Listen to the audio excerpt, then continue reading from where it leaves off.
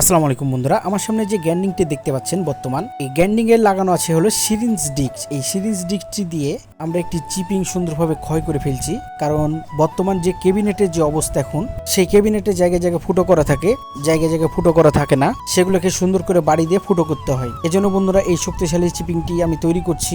কারো যদি প্রয়োজন হয় এই ধরনের চিপিংগুলো, আমাদের সাথে যোগাযোগ করে চিপিংগুলো নিয়ে নিতে পারেন, মাত্র 500 টাকা পিস। বন্ধুরা এই চিপিংটি খুবই শক্তিশালী।